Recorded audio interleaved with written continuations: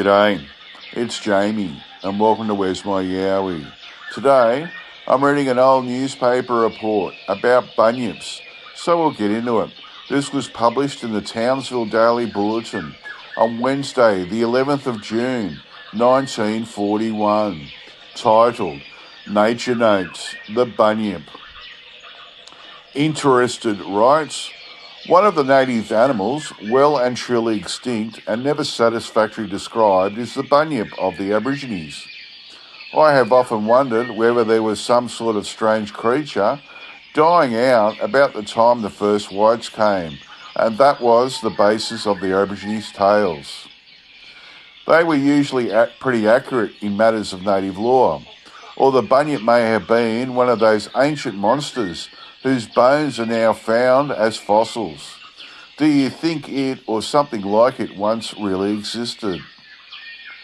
When the Aborigines first told the white men out here about air-breathing fish, the ceratodes, about birds that buried their own eggs, the scrub turkey, and of kangaroos living up trees, and of an animal that laid eggs, the platypus, they were laughed to scorn.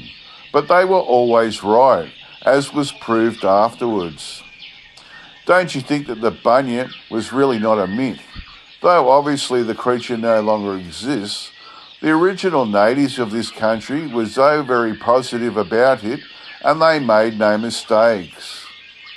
In reply, in the early days of Australia, the bunyip was reported to have been seen by parties of white men on at least half a dozen occasions, but the investigation always failed to bring it to a light a second time. The accounts of different parties varied much. There is not the slightest doubt that the Aborigines firmly believed in the monster, but in my opinion, it was not a real creature now extinct. It is to be classed with numerous bush ghosts, which they also believed in. Different tribes gave quite different descriptions of its appearance. The hollow booming call of bitterns at night may have been the bellowing of the bunyip, and one theory is that what the Aborigines and whites really saw was a seal gone inland a little from the sea. All primitive people have rather similar folk legends. The Australian Aborigines were notoriously afraid of darkness, and the bunyip was nocturnal, which prevented any accurate description of it. The bush at night is full of strange noises that could well be associated with the supposed monster's voice.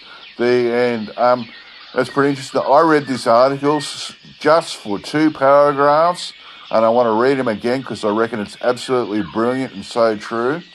When the Aborigines first told the white men out here about air-breathing fish, the lungfish, the ceratodes, about birds that buried their own eggs, the scrub turkey, of kangaroos living up trees, and of an animal that laid eggs, the platypus, they were laughed to scorn.